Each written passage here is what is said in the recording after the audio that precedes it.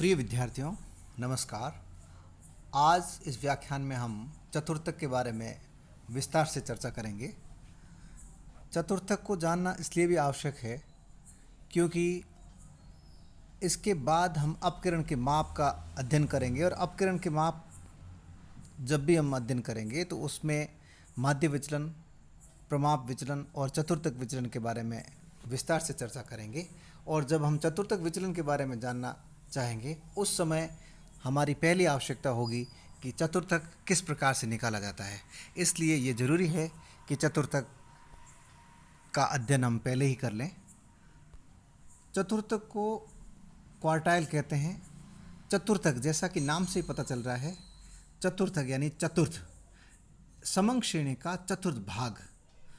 अब कोई भी समंग श्रेणी होती है उसमें यदि चतुर्थ भाग है तो वो 4 भाग उसके हो सकते हैं। तो पहला चतुर्थक Q1 कहलाता है, Q फॉर क्वार्टाइल, और Q1 यानी कि पहला चतुर्थक, प्रथम चतुर्थक Q1। और दूसरा चतुर्थक जो होता है वो मध्य का होता है, अर्थात समंग श्रेणी के मध्य की स्थिति या मध्य बिंदु या केंद्र का बिंदु, बीच का बिंदु, जिसे हम Q2 के नाम से नहीं जानते हैं और मध्यका के नाम से जानते हैं, जिसका हमने विस्तार से अध्ययन किया है। और 2 भाग में मध्यका को 2 अध्यायों में, 2 व्याख्यानों में हमने मध्यका का अध्ययन किया। और मध्यका किस तरह से निकाली जाती है, यदि वो व्यक्तिगत श्रेणी है तो मध्यका कैसे ज्ञात की जाती है, और खंडित श्रेणी है तो मध्यका कैसे ज्ञात की जाती है, और सतत श्रेणी है तो मध्यका किस प्रकार से ज्ञात की जाती है, इसके बारे में हमने विस्तार से चर्चा की थी। और साथ में ये भी देखा था कि यदि सतत श्रेणी में अवरोही क्रम में प्रश्न है या फिर आरोही क्रम में प्रश्न है तो किस प्रकार से उसको हल किया जाएगा, उसके बारे में भी हमने विस्तार से चर्चा की थी। और विभिन्न विधियों और सूत्रों की सहायता से मध्यका का अध्ययन किया था। मध्यका जिस तरह से ज्ञात करते हैं ठीक उसी प्रकार से चतुर्थक ज्ञात किए जाते हैं, लेकिन सूत्रों में थोड़ा सा अंतर हो जाता है। जब हम बात करते हैं चतुर्थक, प्रथम चतुर्थक की, तो 1/4 होगा, यानी कि किसी भी समंग श्रेणी का चौथा भाग, 1/4। इसलिए 1/4 जहाँ जहाँ पे हम मध्यका में 2 का भाग लगाते थे, अर्थात समंग श्रेणी को 2 भागों में बांटते थे, यहाँ पे हम 4 भागों में बांटेंगे। यदि प्रथम चतुर्थक है तो 1/4 होगा और तृतीय चतुर्थक है तो 3/4 होगा। अर्थात तृतीय चतुर्थक को Q3 से डिनोट करते हैं, इसका संकेताक्षर है Q3, तृतीय चतुर्थक। और चौथा 100% होता है, इसलिए उसे शतमक के रूप में ज्ञात किया जाता है, लेकिन हमारे कोर्स में भी नहीं है और शतमक के बारे में फिर कभी चर्चा करेंगे। अभी हम चतुर्थक के बारे में विस्तार से जानना चाहेंगे। प्रथम चतुर्थक यानी Q1 और तृतीय चतुर्थक यानी Q3। किसी भी समंग श्रेणी को जब 4 भागों में बांटेंगे तो उस समंग श्रेणी में 4 का भाग लगा देते हैं तो वो प्रथम चतुर्थक हो जाएगा, अर्थात 1/4। और यदि हम 3/4 हिस्सा निकालेंगे यानी तीसरा चतुर्थक तो 3/4, Q3 = 3/4। और यदि हम मध्य का ज्ञात कर रहे थे, अर्थात Q2 जिसको हम कह सकते हैं, लेकिन उसको मध्यका के रूप में ही हम अध्ययन करते हैं, तो उसमें n/2 करते थे, अर्थात यहाँ n/4 और 3n/4 है। लेकिन व्यक्तिगत श्रेणी है तो n के साथ में 1 को जोड़कर 4 से डिवाइड करते हैं Q1 के लिए, और Q3 के लिए n में 1 को जोड़कर 3 से गुणा करके 4 का भाग देते हैं। क्यों? क्योंकि ये 3/4 होता है हिस्सा, इस कारण से। और यदि खंडित श्रेणी है तो भी सूत्र ये रहता है, लेकिन हम भी सतत श्रेणी में जाएंगे तो वहाँ पर हम देखेंगे कि सबसे पहले n/4 निकाला जाता है, मतलब n/4, और 3/4 निकालते हैं तो 3n/4 से ज्ञात करते हैं। अर्थात हम Q1 के लिए 1/4 और Q3 के लिए 3/4, यानी 1/4 हिस्सा और 3/4 हिस्सा। किसी भी समंग श्रेणी का 1/4 हिस्सा Q1 है और 3/4 हिस्सा 3/4 है। अब हम इनके सूत्रों के बारे में विस्तार से जानेंगे। यदि व्यक्तिगत श्रेणी का प्रश्न है, मैंने पहले ही कहा कि किसी भी समंक श्रेणी को यदि दो भागों में डिवाइड करते हैं तो मध्यिका ज्ञात की जाती है, और चार पहला क्वार्टर यानी कि 1/4 ज्ञात करते हैं और 3/4 ज्ञात करते हैं तो क्वार्टाइल के माध्यम से ज्ञात करते हैं।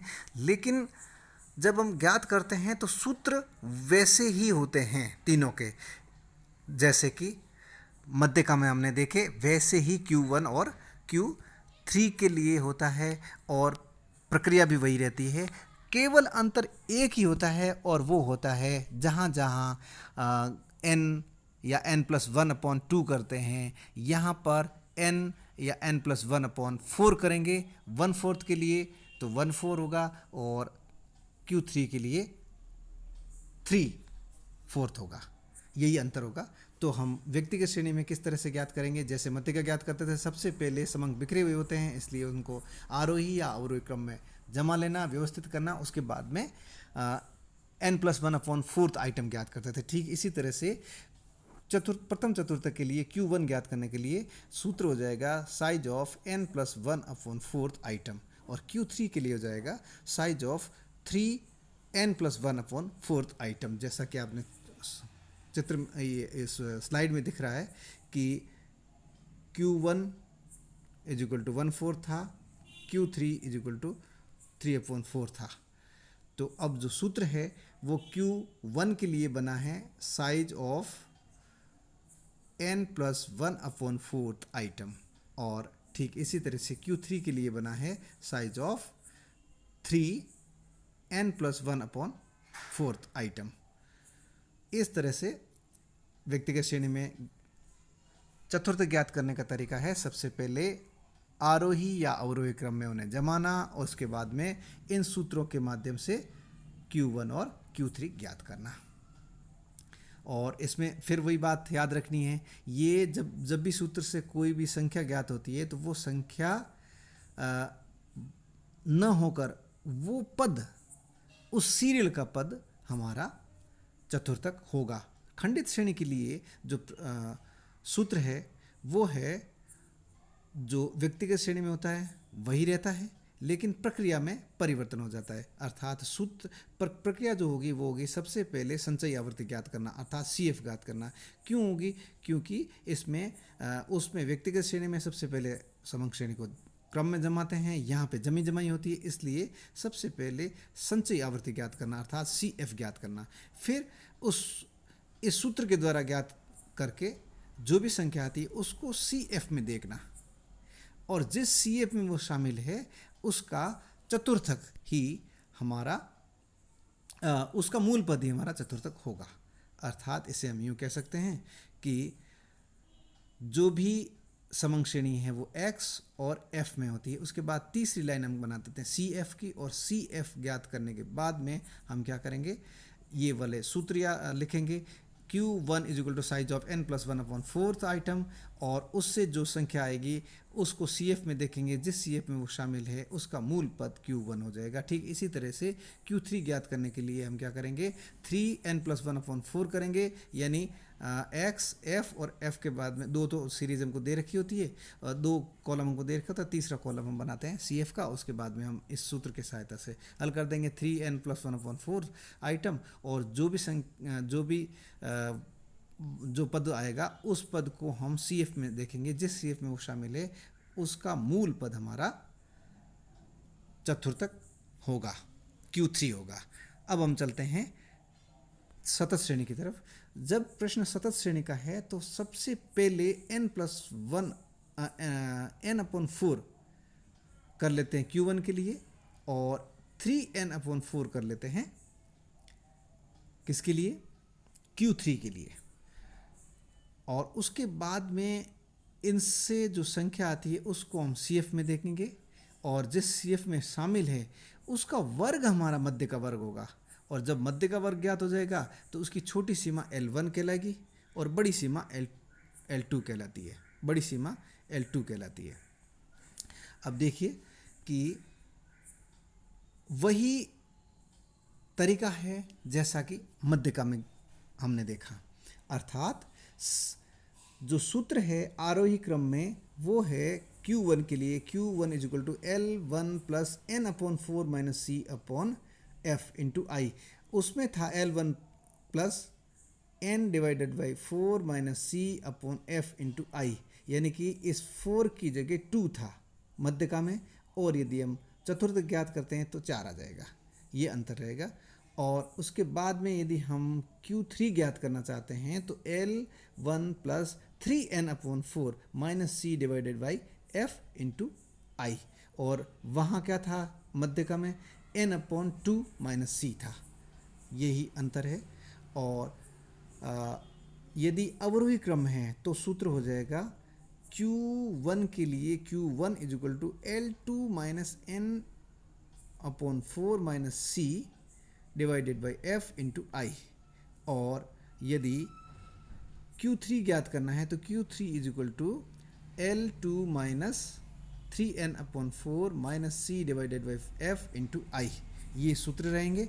और प्रक्रिया सिंपल है, दोबारा बता देता हूँ। सबसे पहले हम ज्ञात करते हैं, सबसे पहले दो कॉलम हमारे पास में होगा, एक तो वर्ग का होगा, वर्गांतर का, दूसरा होगा F। तो सबसे पहले हम उसका CF ज्ञात कर देंगे, जैसे हमने व्यक्तिगत श्रेणी में खंडित श्रेणी में ज्ञात की थी। ठीक इसी तरह से खंडित श्रेणी में जैसे CF ज्ञात की, वैसे ही इसमें CF ज्ञात करने बाद यानी कि संचय आवृत्ति ज्ञात करने के बाद में क्या करेंगे हम N अपॉन 4 और 3N अपॉन 4 दो ये संख्याएं ज्ञात कर लेंगे।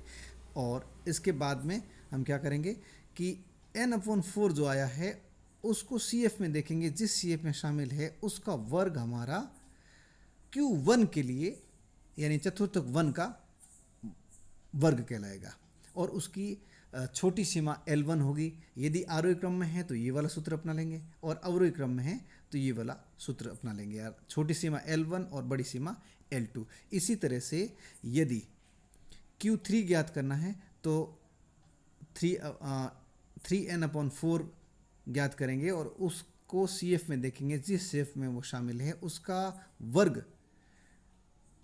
वर्ग हमारा, यहाँ पे मैंने मध्य का वर्ग लिख दिया है। यहाँ पे मध्य का वर्ग का मतलब है यहाँ पे चतुर्थक, जो जिस Q1 है तो ये लागू होगा, Q3 है तो ये वाला सूत्र लागू होगा। उसके अनुसार हम क्या करेंगे, 3N अपॉन 4 ज्ञात करने के बाद CF में देखना, CF में देखने के बाद में जिस वर्ग में वो शामिल है वो Q3 का वर्ग हो जाएगा। Q3 वर्ग की छोटी सीमा L1 होगी, बड़ी सीमा L2 होगी। यदि आरोही क्रम है तो ये वाला सूत्र लगेगा, और अवरोही क्रम है तो ये वाला सूत्र लगाकर हम Q1 और Q3 ज्ञात कर लेंगे। वही तरीका है जैसा कि मध्यका में होता है। अब हम लेते हैं पहला प्रश्न यहाँ पे 3 दिए हुए हैं। इसमें है दी हुई समंग श्रेणी से प्रथम व तृतीय चतुर्थ ज्ञात कीजिए, ये पहला प्रश्न है। और ये वही प्रश्न है जो मध्यका के लिए हमने लिया था। पद मूल्य 35, 40, 38, 50, 45, 43, 50, 60 और 58। चूँकि ये प्रश्न जो हमें दिख रहा है ये व्यक्तिगत श्रेणी का प्रश्न है। देखिए इसको गौर से कि इसमें एक ही लाइन है और इसमें भी पद मूल्य है, सीधे पद मूल्य यानी कि x, जो कि ऐसे दिए हुए हैं। और ये 35, 40 फिर 38 आ गया, इसका मतलब है उटपटांग दिए हुए हैं। इनको हमें सबसे पहले जमाना पड़ेगा। सबसे पहले इन्हें हम जमाएंगे और उसके बाद क्रम संख्या के साथ इसमें इसको ऐसे जमा लिया, 1 2 3 4 5 6 7 8 9 10। और उसके बाद में हमने इसको आरोही क्रम में जमाया। सबसे छोटी संख्या 35 है उसको लिया, उसके बाद में 38 है, उसके बाद 40 है, इस तरह से हमने जमा लिया 60 तक। और उसके बाद जमाने के बाद हमारा Q1 ज्ञात करने का सूत्र है size of N + 1 upon 4th item. और इस सूत्र के अनुसार हमने इसको ज्ञात कर लिया। Q1 is equal to size of 10 + 1 upon 4। 10 यहाँ पे कुल पद है, कुल पदों की संख्या जो है वो 10 है। N = 10 है, यानी कि 10 + 1/4 यानी कि 11 में 4 का भाग दिया आया 2.75वां पद। अब 2.75वां पद कैसे याद करेंगे, उसके लिए है दूसरा पद तो है ये, दूसरा पद है ये जो दिख रहा है आपको इसमें 38।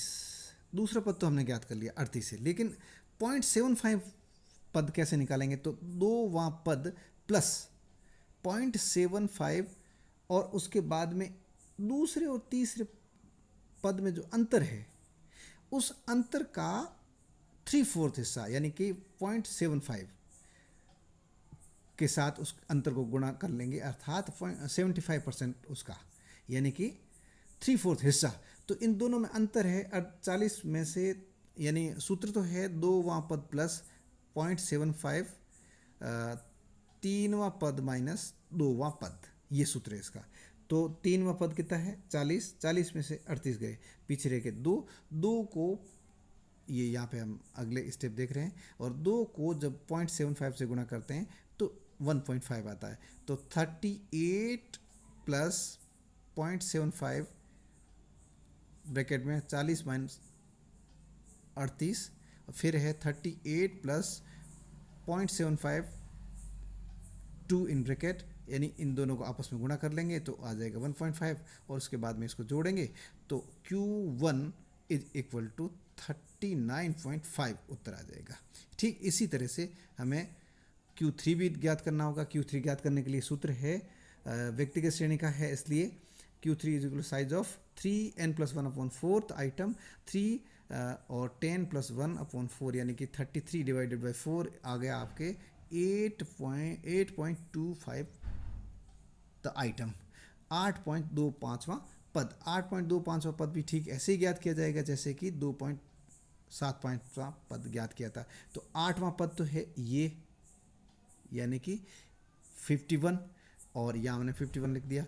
8वां पद plus 0.25 in bracket 9th item minus 8th item, अर्थात 8वें और 9वें पद में जो अंतर है उसका 25%, यानी कि 1/4 हिस्सा। तो 58 में से 51 गए, यानी कि इन दोनों में अंतर है 51 और 58 में अंतर है 7 का। तो 7 का 1/4 हिस्सा, यानी 25% कितना हुआ 1.75। तो यहाँ पे हम लिख दिया 51 प्लस 1.75, और इनको जोड़े तो उत्तर आया है 52.75। तो Q1 तो आया हमारा 39 पॉइंट, यानी इन दोनों के बीच में, और 39.5, और Q3 आया है 52.75, यानी कि 51 और 58 के बीच में आया 52.75, ये आंसर आया है। ये Q1 है, यानी इस समंग श्रेणी का यहाँ पे आ रहा है 1/4 हिस्सा, और यहाँ पे आ रहा है 3/4 हिस्सा। इस जगह स्थान को ही बताते हैं, चतुर्थक और मध्य का स्थान को बताते हैं समंग श्रेणी का, कहाँ पे चतुर्थक फर्स्ट है, कहाँ पे चतुर्थक थर्ड है, और मध्य का कहाँ पर है। धन्यवाद। अगले व्याख्यान में हम इसी की अगले जो प्रश्न रह गए थे उसके बारे में हम जानेंगे। Thank you very much.